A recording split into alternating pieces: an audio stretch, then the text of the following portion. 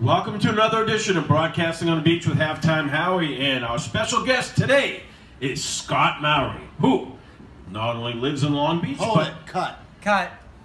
I am the voice of Long Beach. Halftime Howie.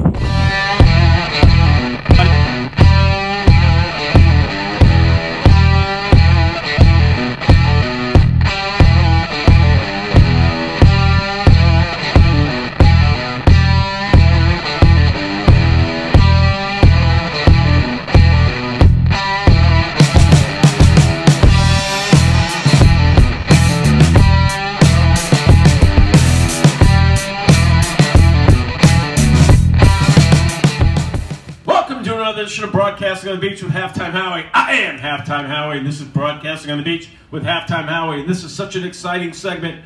We welcome back Long Beach actor Josh Mowry, who had the great privilege to act side by side with one of the great legends of the film industry, the legendary Al Pacino, and to interview Josh about the Paterno film and some other exciting stuff. I give you our film critic. He is Rocco Passafume. Thank you very much, Howie, and thank you for your time. Welcome back. Thank you for inviting me back. I appreciate it. Love working with you guys. Congratulations on Paterno. We are very, very excited to see it when it comes out on HBO. Talk to us a little bit about what it is about the story that is going to make people want to tune in, you feel? Well, the great thing about this movie, I believe, is that Barry Levinson, the director, is one of the foremost directors in film history, I believe. Yes.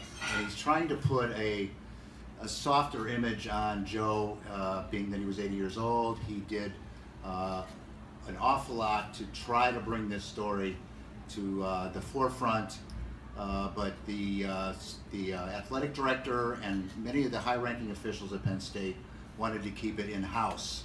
And that was the downfall ultimately.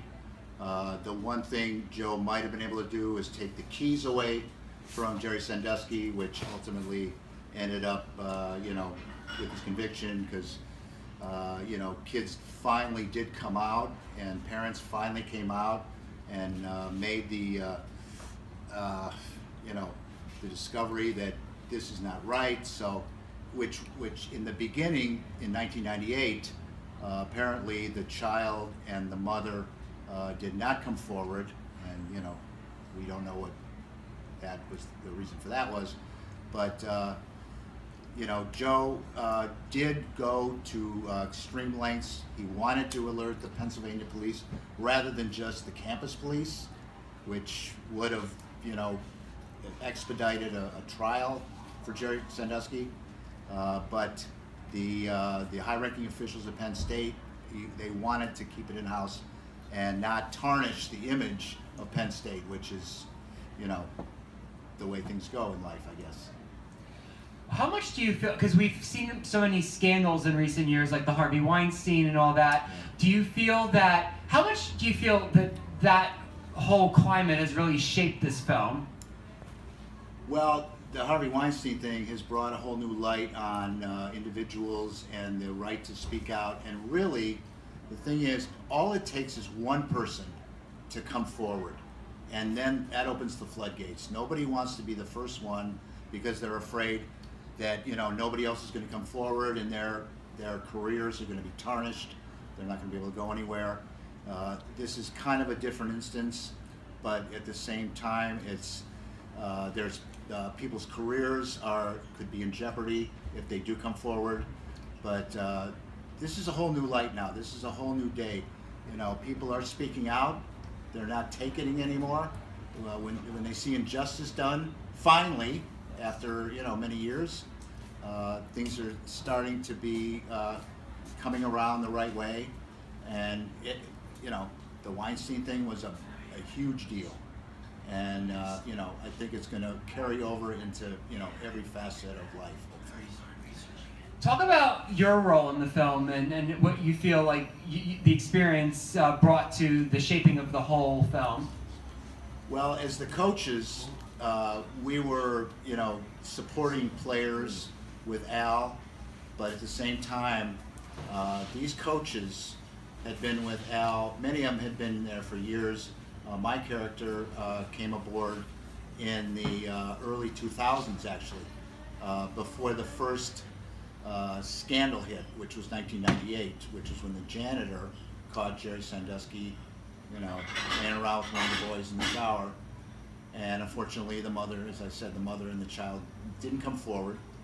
But my character, Ron Vanderlyn, came into the coaching situation in the early 2000s. And they all knew about Jerry. They all heard about him. They would see him occasionally out on the football field at practices. They would see him hanging out with his kids.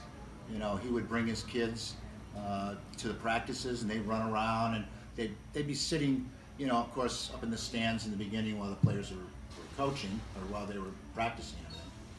But then ultimately, when the coaches and the players went and showered at the end of the day, at the end of the practice, Jerry would bring his boys down, and they would scurry around the field and play games and goof around and everything. And then Jerry would ultimately take a bunch of them over to the shower, and one thing led to another, and the shit hit the fan. As we all know, the star of the movie is Al Pacino, and you've gotten the chance to work with him. What was your impression of working with him, with this actor, and what do you feel how do you feel he shaped the whole film? From top to bottom, Al Pacino is, to me, there's 2 or 3 actors that have always been my favorites, him being right up there. He can play the gamut. He can play the sentimental. He's got the emotional capability of, and as our first scene that we worked on, he just came and he was, the scandal was starting to unfold, and he came forward, and the players were all in the auditorium, the coaches were all lined up on a wall, and he came out, and he just wanted to tell the coaches and the players, basically, this is probably going to be one of my last seasons. It's not that big of a deal. Everything's going to work out. The bottom line is, for this university, you guys have to go forward and stay focused and all that. That was the first scene that I saw, and it was a very emotional scene for the players and the coaches as well. Then 2 days later, you see him on the football field with the players, and if I had time, I could tell you this whole scene is just incredible. But the bottom line is, he would come into the golf cart as the coaches were working the players as they're going through their calisthenics, and then Al would, as Joe Paterno, would come out of the golf cart and just walk around, not say a word for about 5 minutes, and then all of a sudden he would scream out, "We are!" Coaches and players, Penn State, "We are! Penn State, we are!" It was, the hairs on the back of my neck were flying. And I thought, from that first day of being very forthright and emotional and then all of a sudden you saw the gut. You saw that. I saw a little bit of Michael Corleone. I saw that. And then he worked over a couple of football players when they were messing up on a block. And what he did was, he nailed them, and then he backed off. And he let his players surround that tackle and say, smack him on the shoulder pads. It's okay, it's okay. Get him next time, get him next time. So my point is that as an actor, you want to be able to play the emotional part, and you want to be able to stick it when you had to.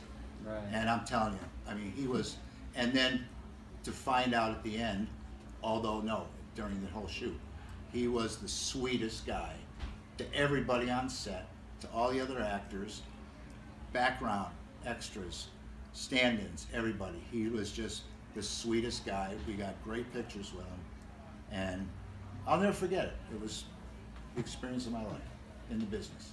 That's incredible. What do you think that people, when they see this film, what do you think that in your opinion, what they want to remember about Joe Paterno? I think the human side of Joe Paterno, he he was a god at Penn State. As you know, I went to Ohio State, and Woody Hayes was in that same level. He did so much for the university. He raised millions of dollars for the college. He was, as we used to say with Woody Hayes, he is God at the university. He is so revered. And here was a guy who had a very good friend in Jerry Sandusky for more than 20 years.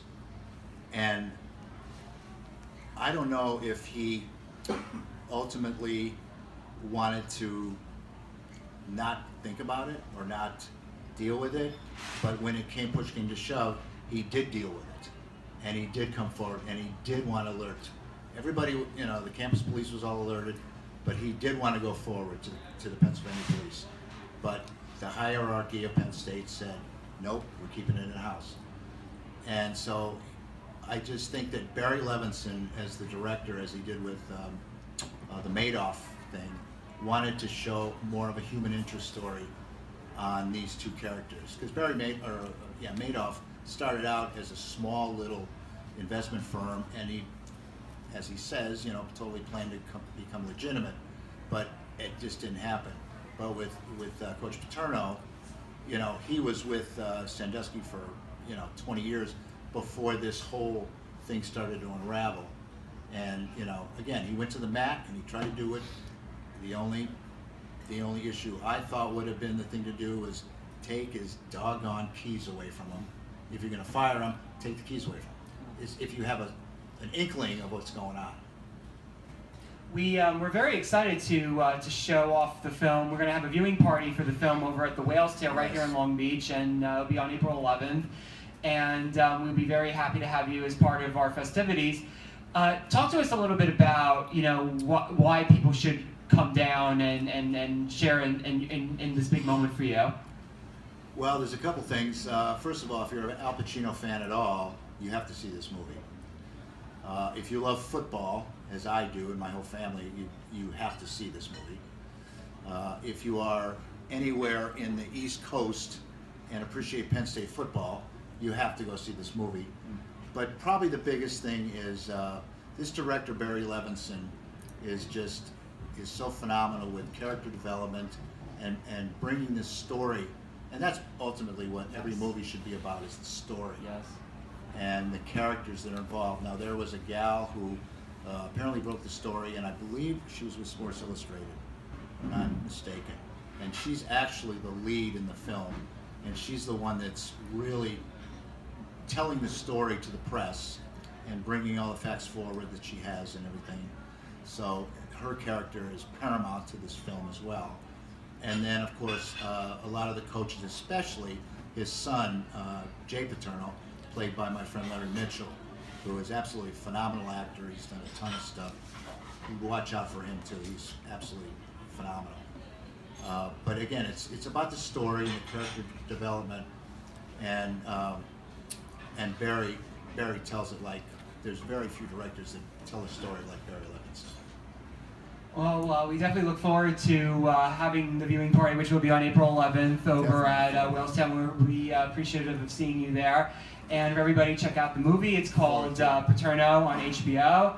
And you know, we thank you for being with us and sharing your incredible story. Love it. Thanks for having me again. You know, you guys are great, and totally look forward to that. That'll be quite an event, and the movie's going to be absolutely fantastic. Okay. Thank you. Well, let's get a picture of the three of us. Okay. Maybe I want to take a quick picture.